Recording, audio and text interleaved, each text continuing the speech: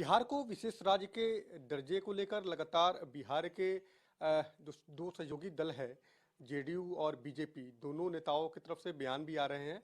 हमारे साथ बीजेपी के राष्ट्रीय मंत्री ऋतुराज सिन्हा जी हैं।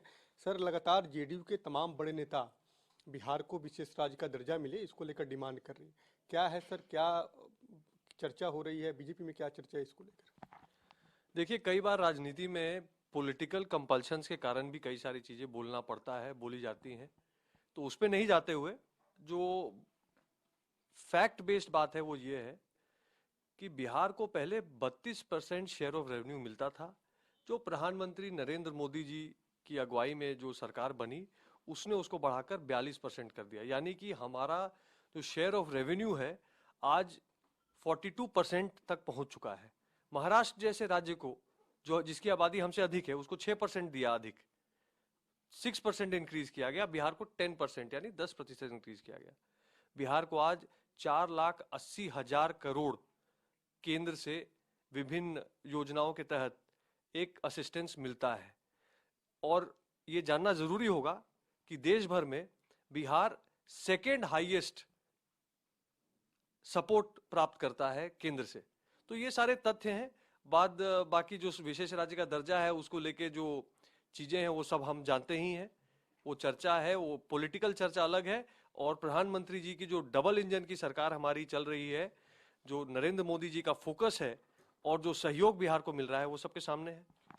प्रधानमंत्री ने बिहार को लगभग काफी पैकेज दिए हैं, आर्थिक पैकेज दिए। आप भी बार बार कह रहे हैं कि बिहार को विशेष सहायता मिलती है, विशेष दर्जा, एक अलग मुद्दा है।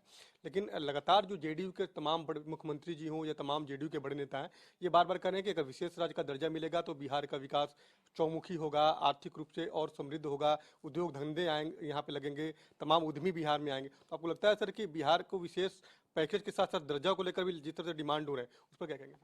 देखिए, विशेष राज्य का दर्जा क्यों? विशेष राज्य का दर्जा इसलिए क्योंकि आपको आर्थिक सहयोग केंद्र से अधिक मिले। तो विशेष राज्य का दर्जा के अलावा भी बिहार को आज केंद्र सरकार से सबसे अधिक सहयोग, यूपी के बाद सेकंड हाईएस्ट सहयोग बिहार को ही मिलता है। तो सहयोग तो मिल रहा है। अब जरूरत यह है कि हम जो केंद्र से सहयोग प्राप्त कर रहे हैं, उसके अलावा जो हमारा एजेंडा था, भारतीय जनता पार्टी ने जिस पे चुनाव लड़ा, आत्मनिर्भर बिहार का एजेंडा था, और उसको बाद में नीतीश जी की सरकार ने उसको आत्मनिर्भर बिहार के साथ निश्चय का रूप जो दिया, उस एजेंडा को लेकर आगे बढ़ना है।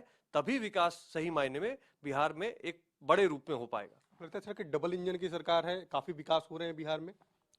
देखिए, डबल इंजन की सरकार का ये प्रभाव है कि आज हर एक गांव में पक्की सड़क, बिजली कनेक्शन, गरीबों को घर उपलब्धता, गैस की कनेक्शन, घर पे नल से जल, ऐसे आयुष्मान भारत, जन औषधि योजना, ऐसे अनगिनत योजनाओं का लाभ बिहार के हर गांव-गांव तक, हर घर-घर तक पहुंचा है।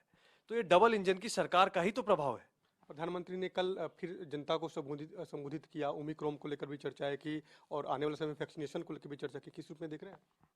देखिए, कोरोना का जो महामारी है, इसको अगर आप सही से आकलन करेंगे तो प्रधानमंत्री जी ने देश में जान भी बचाया है और जहान भी बचाया है।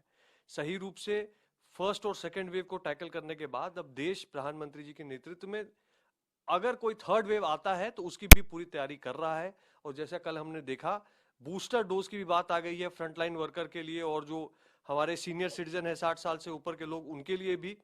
तो कहीं ना कहीं देश अच्छे रूप से तैयारी कर रहा है, और ना केवल हेल्थ फ्रंट पे तैयारी कर रहा है, एक बहुत अच्छी तरह से अर्थव्यवस्था को भी मजबूत करने का काम हो रहा है।